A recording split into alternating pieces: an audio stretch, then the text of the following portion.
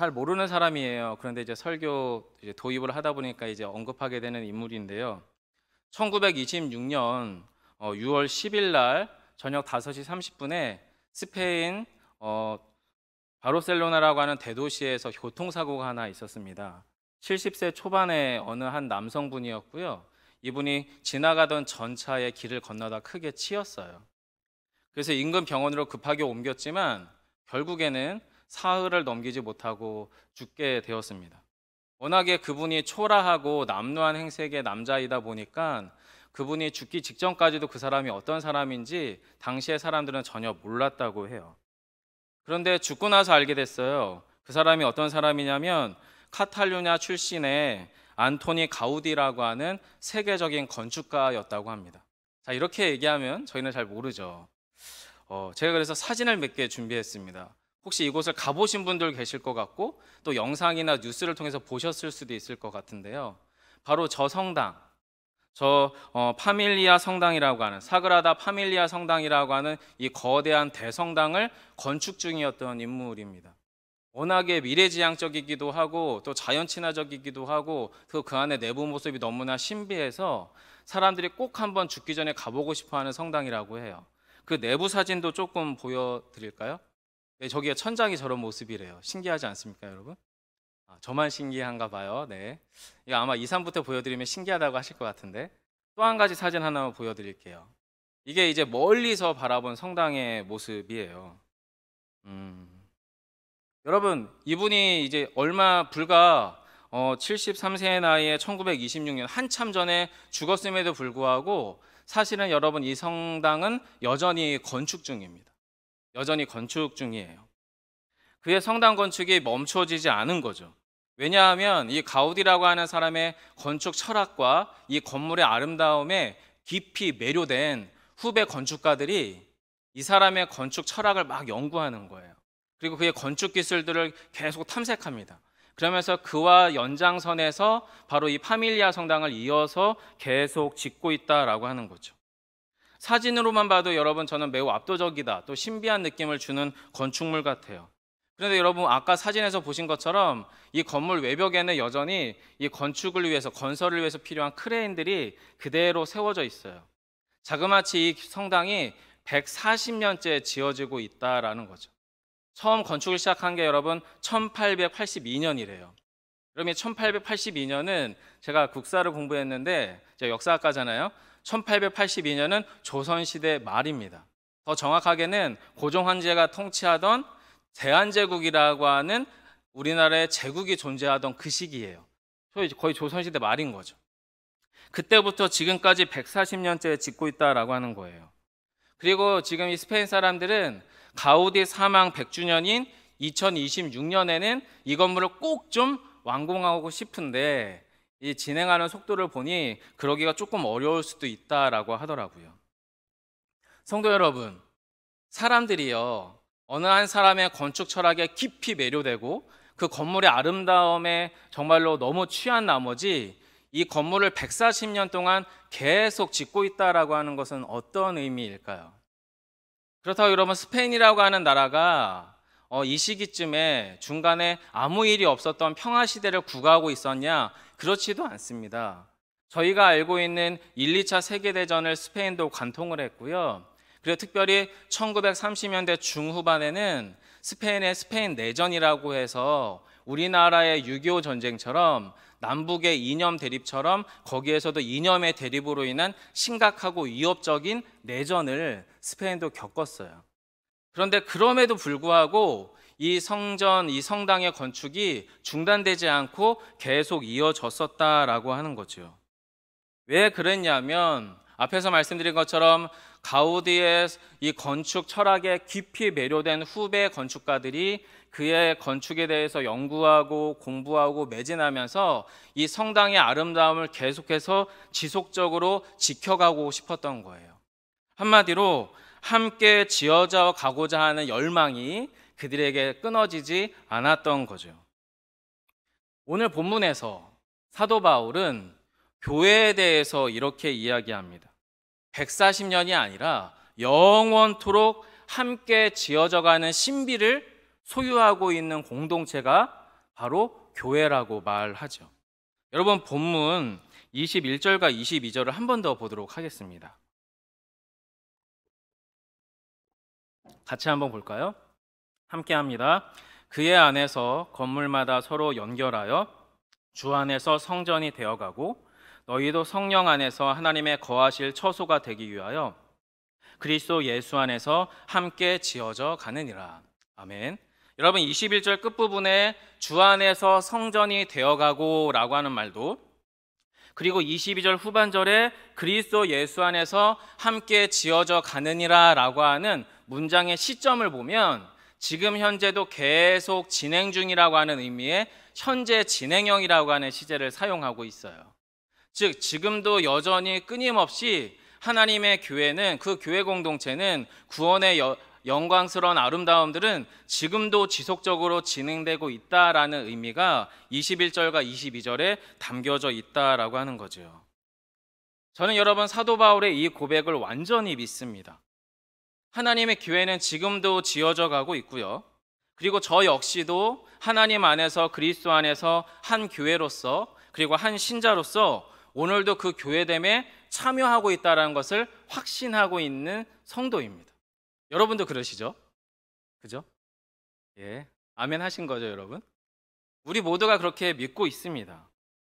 그리고 사실은 제가 이 열망이 항상 뜨겁고 항상 한결같던 모습은 아니었어요. 불과 한 11년 전부터였던 것 같아요. 제가 2004년도에 처음 신학교에 입학을 했고 2008년도에 처음 목사 안수를 받았지만 그 시기 때도 그때처럼 더 그렇게 크고 교회에 대한 아름다움과 열망에 참여하고 싶었던 마음이 뜨거웠냐? 그렇진 않았던 것 같아요. 2010년, 2011년 전부터 그런 뜨거움이 있었던 것 같습니다. 함께 지어져가는 신비에 대해서 눈을 떴고요. 교회의 아름다움을 열망하게 된 지는 불과 12년 정도밖에 되지 않아요. 오늘 저는 이 설교 강단에서 오늘 본문에서 말하는 교회의 아름다움, 함께 지어져가는 신비에 대한 성경적인 이야기도 나누겠지만 이 말씀이 제 안에 들어와서 제 삶에서 어떻게 그 열망들이 구체화되었는지에 대한 저의 고백도 조금은 풀어갔으면 좋겠다 싶어요. 물론 매번 그러면 안 되겠지만 시기적으로 한 번 정도는 성도분들과 제 마음속에 어떤 교회가 형성되어 가고 있는지를 나누고 싶은 마음이 있었고 지금이 아마 그 시점이 아닌가 싶습니다.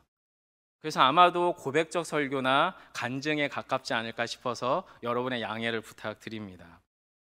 성도 여러분, 사도 바울은 오늘 본문에서 함께 지어져가는 신비의 공동체로 교회를 하나님이 부르셨다고 말을 해요. 그리고 그 하나님의 신비의 공동체인 교회, 성도된 저희를 성경은 우리를 뭐라고 말하냐면 하나님의 작품이라고 말합니다.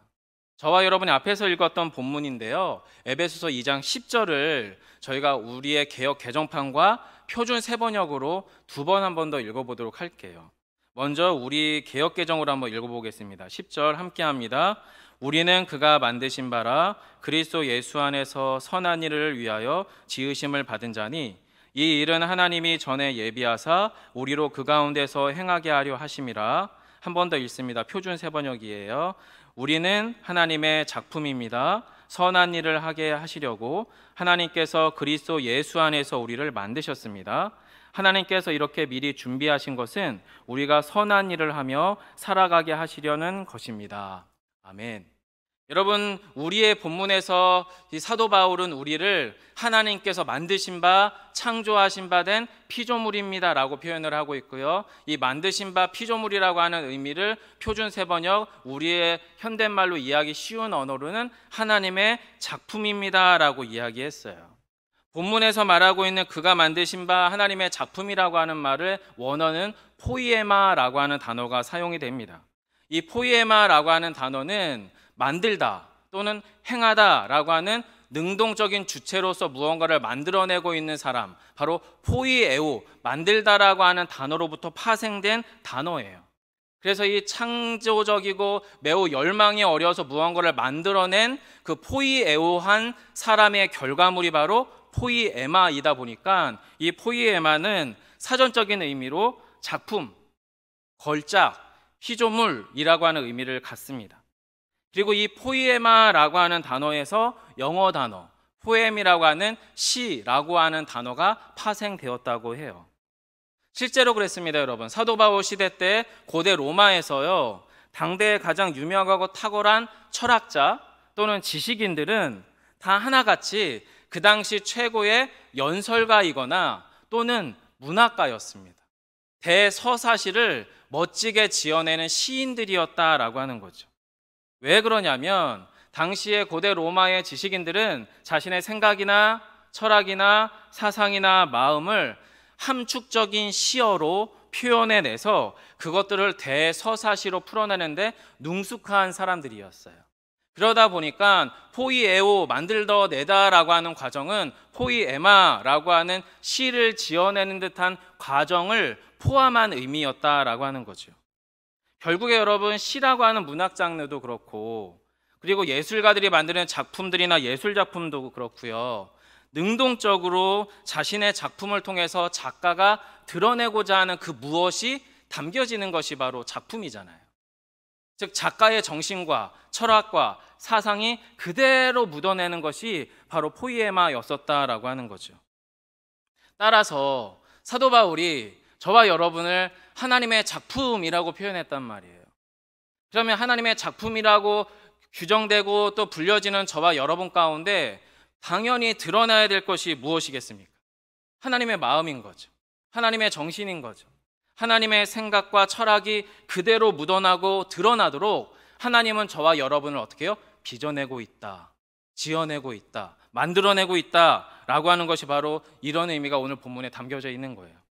그래서 세상 속에 드러나도록 구원받은 성도와 교회는 하나님의 작품으로서 세상 가운데 드러나고 있더라라고 하는 겁니다. 본문의 시작인 에베소서 1장 22절과 23절 그리고 2장 1절과 8절로부터 9절을 보게 되면 사도 바울은 한 성도 개인의 구원 문제와 그리고 각각의 성도가 구원받은 각각의 성도가 함께 교회에 되어져 가는 것을 연결시키고 있어요. 즉 구원론, 어떻게 구원받는가, 예수를 통해서 구원받는다는 의미와 교회, 어떻게 우리가 교회 되어져 가는가, 이것은 자연스럽게 붙어있는 주제라는 거예요. 여러분, 제가 본문 1장 22절과 23절을 한번 읽어드릴게요. 또 만물을 그의 발 아래 복종하게 하시고 그의 만물 위에 교회의 머리로 삼으셨느니라. 교회는 그의 몸이니 만물 안에서 만물을 충만하게 하시는 이의 충만함이다 라고 교회를 묘사합니다. 그리고 그 교회의 머리 대신 그리스도에 대한 이야기를 바로 이어서 2장 1절이 이렇게 이야기합니다. 그는 허물과 죄로 죽었던 너희를 살리셨도다. 이 너희가 누구예요? 바로 1장 23절에 등장하는 교회입니다. 그리고 자연스럽게 교회가 된 너희가 어떻게 구원받았는지를 2장 8절과 9절에서 이렇게 얘기합니다. 너희는 그 은혜에 의하여 믿음으로 말미암아 구원을 받았으니 이것은 너희에게서 난 것이 아니요 하나님의 선물이라. 행위에서 난 것이 아니니 이는 누구든지 자랑하지 못하게 하려 함이라 라고 이야기하고 바로 이어서 10절에서 뭐라고 얘기하는 거예요? 여러분은 그가 하나님께서 만드신 작품입니다 라고 바로 연결되고 있다라고 하는 거예요. 즉 여러분, 세상 가운데에서 사도 바울은 구원받은 신자야말로 세상 가운데서 교회로서 표현되어져야 되는 하나님의 걸작품이라고 묘사하고 있다라고 하는 겁니다. 그렇다면 저와 여러분은 어떻게 우리가 하나님의 작품으로 세상 가운데 드러나게 될까요? 시인이 시를 어떻게 짓는지, 예술가가 예술품을 어떻게 만드는지를 조금 생각해 보면 될 것 같아요. 작품을 하나 만들어낼 때, 시를 하나 지어낼 때 그 모든 예술가들이나 그 모든 작품을 만드는 제작자들은 출산의 고통에 방불한 고통을 느낀다고요. 창작의 고통이라고 부르더라고요. 이 창작의 고통이라고 하는 것은 저절로 작품이나 걸작들이 만들어지지 않는다는 것을 의미하죠. 무엇이 필요합니까? 오랜 창작의 시간이 필요합니다. 창작의 고통이 필요합니다. 오랜 숙고, 생각하고 고민하는 시간이 필요하고요. 그런 숙고의 고통을 먹고 자라는 시간을 통해서 바로 포이에마, 하나님의 작품이 만들어지는 거죠. 자, 그렇다면 저와 여러분 역시도 예수 믿어 구원받았으니 나 천국 가겠다, 이걸로 끝이 아닌 거죠. 이건 시작점일 것 같아요. 그 그 시작점 가운데서 저와 여러분은 그럼 어떻게 우리가 하나님의 작품으로 빚어져 가는가? 우리에게 무엇이 필요하냐면 시간이 필요합니다. 하나님께서 저와 여러분을 작품으로서 빚어내시도록 우리 안에 시간이 필요하다라고 하는 거죠. 하나님께서 저를 빚어내시는 시간을 저는 떠올리다 보면 자연스럽게 창세기 26장으로 가게 돼요. 저의 인생 본문의 한 구절인데요. 26장 21절로 24절을 한 번 더 같이 보면 좋겠습니다. 창세기 말씀인데요. 같이 읽어볼게요. 함께 합니다. 또 다른 우물을 팠더니 그들이 또 다툼으로 그 이름을 신나라 하였으며 이삭이 거기서 옮겨 다른 우물을 팠더니 그들이 다투지 아니하였으므로 그 이름을 르호봇이라 하여 이르되 이제는 여호와께서 우리를 위하여 넓게 하셨으니 이 땅에서 우리가 번성하리로다 하였더라. 이삭이 거기서부터 부엘사바로 올라갔더니 그 밤에 여호와께서 그에게 나타나 이르시되 나는 내 아버지 아브라함의 하나님이니 두려워하지 말라. 내 종 아브라함을 위하여 내가 너와 함께 있어 내게 복을 주어 내 자손이 번성하게 하리라 하신지라. 아멘. 여러분, 본문의 이야기는 대략 아실 거예요. 아브라함의 아들 이삭이라고 하는 사람이 하나님 앞에 믿음으로 결단해서 가뭄이 있음에도 불구하고 하나님의 정하신 땅에서 떠나지 않고 있었어요. 근데 그 땅 가운데 있는 블레셋 사람들이 계속 그 이삭의 생존의 도구잖아요. 가축도 먹여야 되고 가족들도 먹고 살아야 될 그 우물을 자꾸 빼앗는 사건이 본문 안에 나타나고 있는 거죠. 그런데 이삭이 거기서 싸우지 않아요. 블레셋 사람들과 갈등하지 않습니다. 그냥 물러납니다. 하나님의 뜻이 있겠지라고 하는 믿음 안에서 양보합니다. 그래서 총 3차례 정도 그 우물을 빼앗겨요. 그러다가 24절에 가서 이렇게 고백하죠.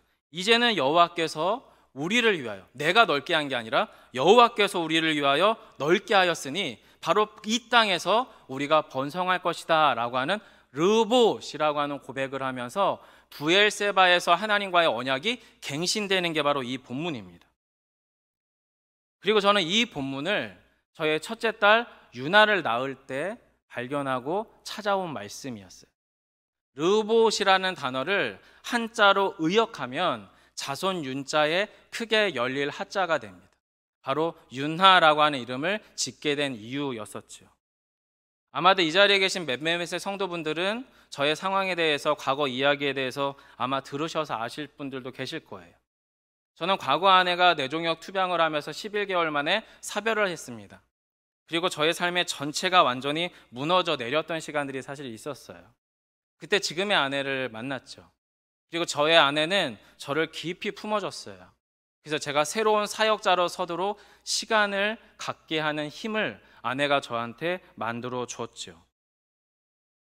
그런데 그렇게 해서 제가 정상적인 목회 현장에 계속 뿌리를 내릴 수 있도록 아내의 돌봄과 사랑 안에서 제가 서가긴 했지만 저의 내면이 바뀐 건 아니더라는 거죠. 그 사별의 경험이 저를 아주 송두리째 뒤바꿔 버렸으면 좋겠는데 전혀 그런 일은 일어나지 않았어요. 오히려 저는 참 쉽게 바뀌지 않았습니다. 2010년 이후에 결혼을 했고요.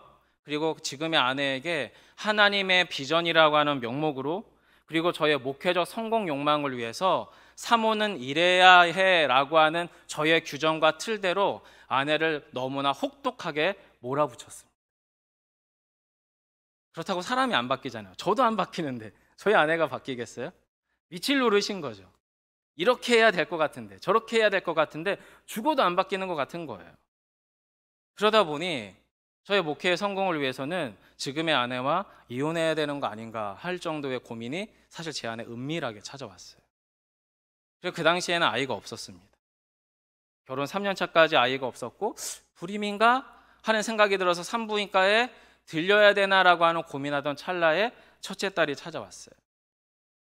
임신했다는 사실을 알게 됐고 아내랑 시간을 정해서 병원에 갔죠. 그리고 산부인과 의사가 저한테 이야기했습니다. 축하드립니다. 딸이라는 얘기는 나중에 했죠. 축하드려요. 임신 맞고요. 그리고 아마 출산 예정일은 10월 23일이 될 것 같아요 라고 이야기를 했습니다. 그리고 전 그때 표정 관리를 할 수가 없었어요. 왜 그러냐면 이 10월 23일이라고 하는 날짜는 과거 저희 아내 생일이었습니다. 과거 아내 생일날 저희 딸이 태어난다고? 이 상황을 사실 저는 되게 받아들이기가 어려웠어요. 혼란스러웠죠. 혼란스러웠습니다. 고민했습니다. 질문했습니다. 기도하는 시간들을 하나님 앞에서 무수히 갖기를 시작했습니다. 자, 결과적으로 산딸이 돼서 출산을 했어요. 제가 교회에서 9시 예배에서 사역을 하고 있는 동안에 아내가 혼자 양수가 터져서 택시를 타고 가서 저쪽 서울 보라매 병원에서 혼자 출산을 했습니다. 자, 그런데 이 아이가 언제 태어났냐면 10월 6일 날 태어났습니다. 앞당겨졌죠. 아, 그러면 날짜 생일을 피했으니까 괜찮나? 아니요, 그 날짜는 과거 저희 아내 사망일이었습니다. 그래서 저는 아이의 이름을 한동안 짓지를 못했어요.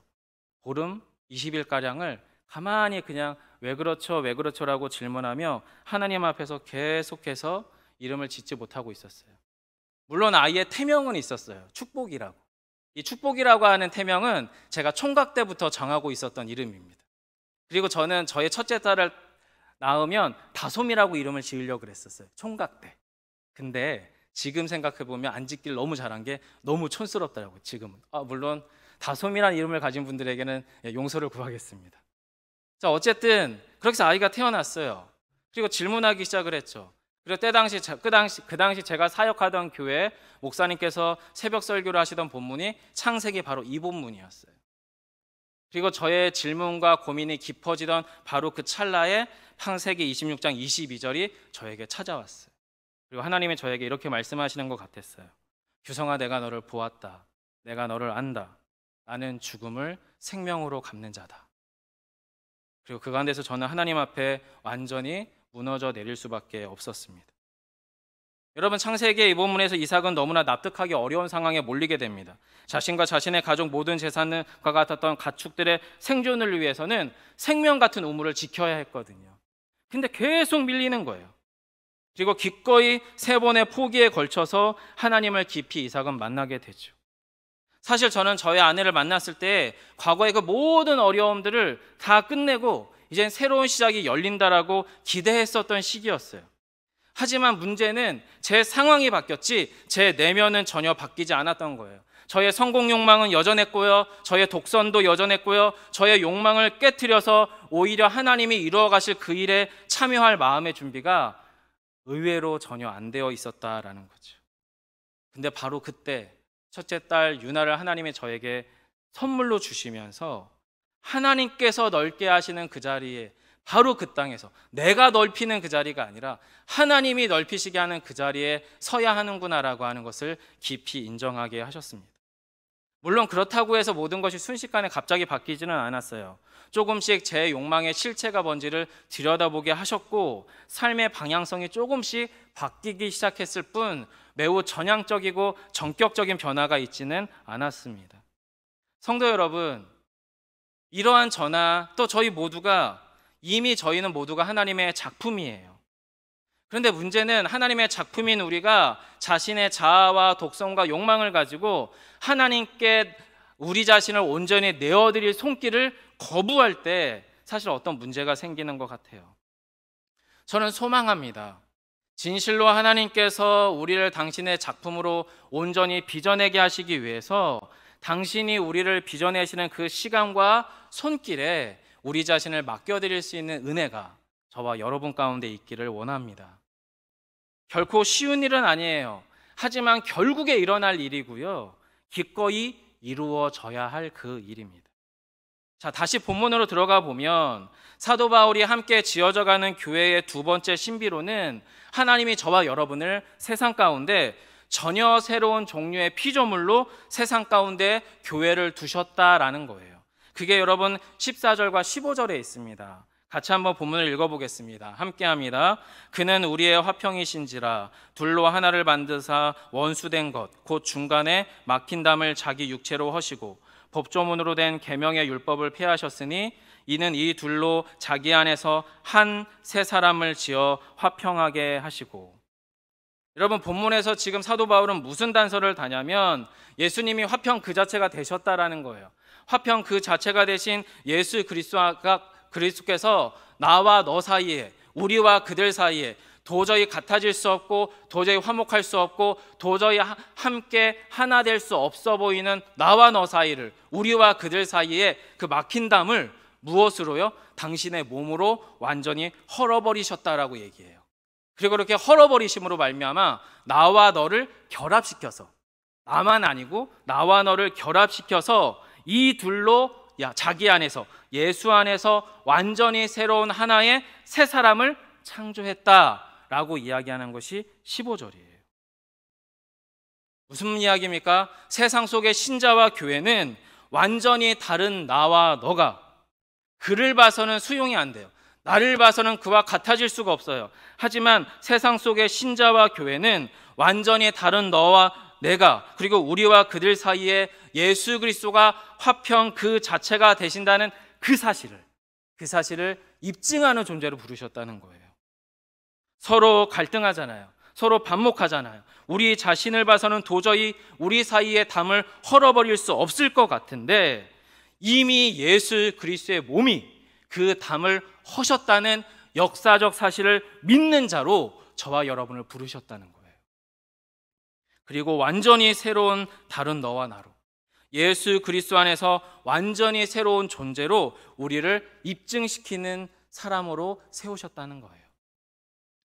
성도 여러분, 이 둘이 완전히 다르고 결코 물과 기름으로 도저히 섞일 수 없는 이 둘을 예수 안에서 하나의 새로운 사람으로 만들었다는 의미가 도대체 어떤 의미가 돼야 될까요? 여기서 말하는 완전히 새로운 존재라고 하는 것은 형태상, 밖으로 볼 때도, 그리고 내용적으로도 완전히 역사상에 존재해 본 적이 없는 존재를 말합니다. 이것을 성경은 한마디로 그리스도인이라고 말하죠. 그리스도인. 이게 어떤 의미일까? 저는 저 나름대로 적용을 해봤어요. 저에겐 이렇게 해석이 되고 이렇게 적용이 되더라고요. 저희는 가만히 있어도 중력의 영향을 받아서 땅에 발을 딛게 되잖아요.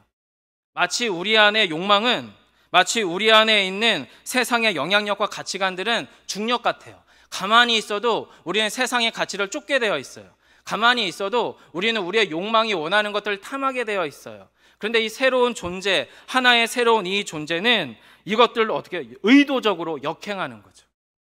세상의 가치와 나의 욕망으로부터 자연스럽게 동물적으로 반응하는 것이 아니라 의도적으로 새로운 질서와 새로운 가치에 반응하는 존재, 반응이 가능한 존재로 나를 지으셨구나. 이것을 인정하기 시작을 했습니다. 그리고 이 일은 제 안에서 매우 서서히 일어나고 있는 것 같아요. 앞에서 말씀드린 것처럼 여러분, 저는 유나가 태어났다고 해서 저의 극성스러운 성격이 바뀌지 않았어요. 하지만 분명한 것은 내 안에 반드시 어떤 변화가 있어야겠다라고 하는 절박감은 제 안에서 샘물처럼 솟아나고 있었어요. 그 당시는 서울 목동에서 기존교회 사역에 지쳐가고 있을 때였어요. 여러분, 그렇다고 목동교회에서의 사역에 불만족스러웠다는 건 아닙니다. 안정적이었어요. 교회가 가져다주는 경제적 안정감도 있었고요. 교우들의 좋은 평판들도 있었어요. 그리고 그 교회에서 오래 사역하다 보니 교회 내에서 주는 영향력과 보상도 아주 나쁘지 않았어요. 하지만 문제는 제 안에 이게 맞나라고 하는 끊임없는 질문이 들어오는 시기였어요. 물론 한편으로는 건강한 교회가 무엇일까? 개척에 대한 고민들이 내 안에 서서히 올라오기는 했지만 스스로 지금 현재 삶의 안정과 보상을 포기하고 새로운 변화에 나 자신을 던질 수 있는 힘은 없었어요. 그냥 하나님이 해주셨으면 좋겠다라는 절박감이 저를 꽉 채우고 있었죠. 바로 그 시기에 지금의 예수양남교회와 연결되기 시작했습니다. 그리고 2014년도 6월에 담임 목사님을 처음 만났죠. 그리고 그때 자연스럽게 저의 개척에 대한 고민은 분립개척과 연결되게 되었어요. 성도 여러분, 성경은 우리가 이미 새로운 피조물이라고 말하는데 과연 우리는 어떻게 해야 새로운 피조물로 살아갈 수 있는 것일까요? 오늘 성경은 이렇게 말합니다. 예수님의 십자가가 우리 안에 행하신 일이 무엇인지 진실로 목도하라고 말하죠. 예수의 십자가가 우리를 화평케 하는 자로 부르셨다는 것을 인정하라고 말해요. 이어서의 본문 16절로 18절입니다. 제가 읽어드리겠습니다. 또 십자가로 이 둘을 한 몸으로 하나님과 화목하게 하려 하심이라. 원수된 것을 십자가로 소멸하시고 또 오셔서 먼 데 있는 너희에게 평안을 정하시고 가까운 데 있는 자들에게 평안을 전하셨으니 이는 그로 말미암아 우리 둘이 한 성령 안에서 아버지께 나아감을 얻게 하려 하심이라. 제 삶에서의 변화의 열망은요, 저의 삶의 자리를 서울에서 향남으로 옮겼을 뿐만 아니라 삶의 선택과 방향성 역시도 의도적으로 바꾸도록 저를 계속 자극했어요. 바로 그 시기에 저희 교회에 부임하기 직전에 2015년 7월에 도준이가 찾아왔어요. 그리고 진실로 주님의 길, 그 도에 참여하기를 소망한다는 마음으로 아들의 이름을 도준이라고 정하게 됐습니다. 그때 찾아온 말씀이 마태복음 5장 16절이에요. 읽어드릴게요. 이같이 너희 빛이 사람 앞에 비치게 하여 그들로 너희 착한 행실을 보고 하늘에 계신 너희 아버지께 영광을 돌리게 하라. 성도 여러분, 그 시기까지만 해도 신학적으로 설교상으로는 예수의 길을 참여한다는 것을 설명할 수 있었겠지만 예수의 길에 참여한다는 것이 뭔지는 제 몸이 그렇게 충분히 이해하고 있었던 것 같지는 않습니다. 하지만 마태복음 5장에서 주님이 오셔서 뭐라고 말씀하셨냐면 우리 보고 빛이 되라 소금이 되라고 말씀하지 않으셨고요. 너희는 세상에 빛이고 소금이라고 말씀하셨어요. 우리가 무엇이 되도록 노력하라는 게 아니라 이미 주님이 이 땅 안에 오심으로 저와 여러분을, 우리의 교회를 빛이라고 소금이라고 규정했다는 거예요. 정의했다는 거예요. 그럼 결국에 무엇을 결정해야 되냐면 내가 빛이구나, 내가 소금이구나, 이걸 결정하면 되는 거예요. 그리고 바로 그 방향으로 서툴지만 그 길을 가봐야겠구나라고 하는 열망을 내 안에 채워가면 되는 거다라는 거죠. 어느새 시간이 56분인데 저희 집엔 아직 애 둘이 남았잖아요. 그럼 애들 이름을 하나하나 다 하면 어떻게 될까? 다행히 여러분 애들이 쌍둥이라서 한 번에 끝낼 수 있습니다. 제가 한 5분에서 7분 정도만 더 쓰도록 하겠습니다. 결국에 빛이 되고 소금이 되는 그 주님의 부르심의 길에 저 자신도 우리의 자녀도 참여하고 싶다는 열망으로 아들의 이름을 그렇게 지었어요. 성도 여러분, 사도 바울은 세상 속에서 함께 지어져가는 신비를 교회가 소유했다고 말해요. 그리고 교회로서 우리는 하나님의 작품이라고 선포했죠. 그리고 우리는 세상과 전혀 다른 종류의 존재가 되었다라고도 선언합니다. 그런데 문제는 뭐냐면 그럼 우리가 어떻게 살아가야 되냐라는 거예요. 그때 사도 바울의 견면의 결론이 뭐예요? 그래, 우리 함께 지어져 가보자. 그리스도 안에서. 우리 서툴지만, 우리 여전히 욕망이 꿈틀꿈틀대는 존재지만 우리 함께 지어져 가보자. 단 예수 안에서. 그게 본문 21절과 22절이죠. 제가 한 번 더 읽어드리겠습니다. 그의 안에서 건물마다 서로 연결하여 주 안에서 성전이 되어가고 너희도 성령 안에서 하나님의 거하실 처소가 되기 위하여 그리스도 예수 안에서 함께 지어져 가느니라. 성도 여러분, 사도 바울은 우리에게 권면합니다. 예수 안에서 서로 연결됨으로 성전이 되었다라고 말해요. 이 성전이라고 하는 말이 거룩한 집이다라는 말이거든요. 거룩하게 구별된 공간을 말하는 거예요. 즉 무슨 말이냐면 예수에게 연결됨으로 말미암아 그 안에 하나님의 성품들이 눈에 보이는 가시적으로 드러나는 공간이 되었다라는 얘기죠. 함께 예수 안에서 서로 연결됨으로 성전이 되어간다라는 것은 우리 안에, 여러분 안에, 제 안에, 우리 안에 하나님의 성품이 뿜어져 나옴으로 말미암아 나와 너 사이가, 우리와 우리 사이가 가시적으로 예수 그리스도의 성품이 가득한 공간성을 갖는다는 말이에요. 공간성. 뿐만 아니라 예수 안에서 긴밀히 서로 연결할 때 일어나는 일이 무엇이냐면 예수의 생각, 예수의 마음, 가치가 공유되겠죠. 그리고 그것이 일정한 외적인 공간성을 갖게 되는 거겠죠. 뿐만 아니라 지금 22절에서는 이 이야기하는 거잖아요. 그리스도 예수 안에서 함께 지어져 갈 때 그곳이 뭐예요? 하나님께서, 성령께서 거하시는 영적 공간도 된다는 거예요. 우리의 교회됨은 눈에 보이는 가시적 공간일 뿐만 아니라 눈에 보이지 아니하시는 성령께서 우리 안에 친히 거하시는 영적인 공간도 된다라고 하는 거죠. 여러분, 로마 고대 건축술을 보면은 이것을 이해하기가 좀 더 쉽습니다. 고대 로마는 자연 속에서 건축 재료를 발견했어요. 주로 화산지대다 보니까 돌을 많이 사용했고요. 그리고 나무를 사용했고 또 유리를 많이 사용했습니다. 하지만 여러분, 로마의 그 도시를 가보면 이 거대하고 압도적인 건축물을 지을 때 돌만 가지고는 부족합니다. 무엇이 필요했냐면 로마의 콘크리트 조합물이 필요합니다. 무슨 이야기냐면 오늘날 이 시대의 콘크리트도 내구성이 100년에서 200년이 전부래요.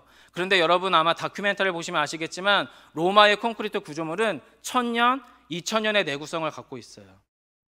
즉 돌과 돌을 연결해서 로마의 건축물들은 너무나 오래도록 원형 그대로 보존되는 내구성을 가지고 있었다라고 하는 거죠. 자, 그렇다면 사도 바울이 성도를 교회됨을 건물로 비유할 때에 어떤 의미예요? 동일한 채석장에서 동일한 재료, 동일한 본질을 가지고 있는 나와 너, 예수 그리스도의 십자가로 구원받은 각 성도를 하나의 벽돌처럼, 하나의 돌처럼 포이에마, 빚어냅니다. 갈라냅니다. 조각합니다. 그래서 주님이 원하시는 아름다운 교회됨에 참여할 만한 모양으로 저와 여러분을 빚어내고 형성하는 거예요. 근데 그걸로 끝나는 게 아니라 그것이 어떻게 돼야 되죠? 연결돼야 되는데 그 연결시킬 수 있는 게 무엇이냐면 예수의 정신, 예수의 철학, 예수의 마음, 바로 로마의 그 견고한 석재들을 영원토록 밀착시킬 것 같은 접착제 같이 예수의 정신이 우리를 그렇게 연결시킨다라고 하는 거예요. 바로 예수 그리스도의 십자가로 완전 질적 변화를 경험한 신자들이 자신 안에 존재하는 예수의 마음, 가치, 정신에 깊이 헌신하기 시작합니다. 그런 A라는 사람과 그런 B라고 하는 사람을 주님이 교회 공동체 안에 함께 부르시는 거예요. 그런데 알고 봤더니 그 사이에 너무나 견고하고 높은 담이 있어요. 왜요? 나는 그를 받아들일 수 없거든요. 그거 화목할 수 없거든요. 근데 그 안에 예수가 있어요. 내 안에 예수가 있어요. 그래서 기꺼이 그 예수의 정신으로 하나 되기로 결정해 가는 거예요. 그러다 보니 어느새 하나의 건물처럼, 하나의 집처럼 교회가 그렇게 지어져 간다라고 하는 겁니다. 설교를 마무리해 보겠습니다. 저희의 막둥이들은 제가 예수의난교회에 온 지 3년 차 2017년에 찾아왔습니다. 그때 한참 저희 교회는요, 팀 켈러의 복음신학과 복음적 교회 개척, 복음적 삶의 이슈가 교회 공동체를 완전히 관통하던 시기였어요. 그리고 저도 몰랐지만 예수양랑교회에 와서 보니 저의 그 변화의 열망이라고 하는 것이 결국엔 무엇이었냐면 예수의 복음이었구나. 그리고 그 복음의 역동이 저의 삶을 터치하고 있었구나라고 하는 그 해석, 그 해답을 예수양랑교회에 와서 발견하게 되었습니다.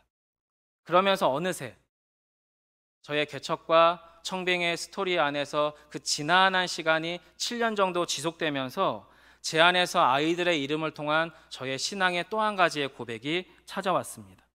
그때 발견한 말씀이 로마서 15장 13절이에요. 제가 읽어드릴게요.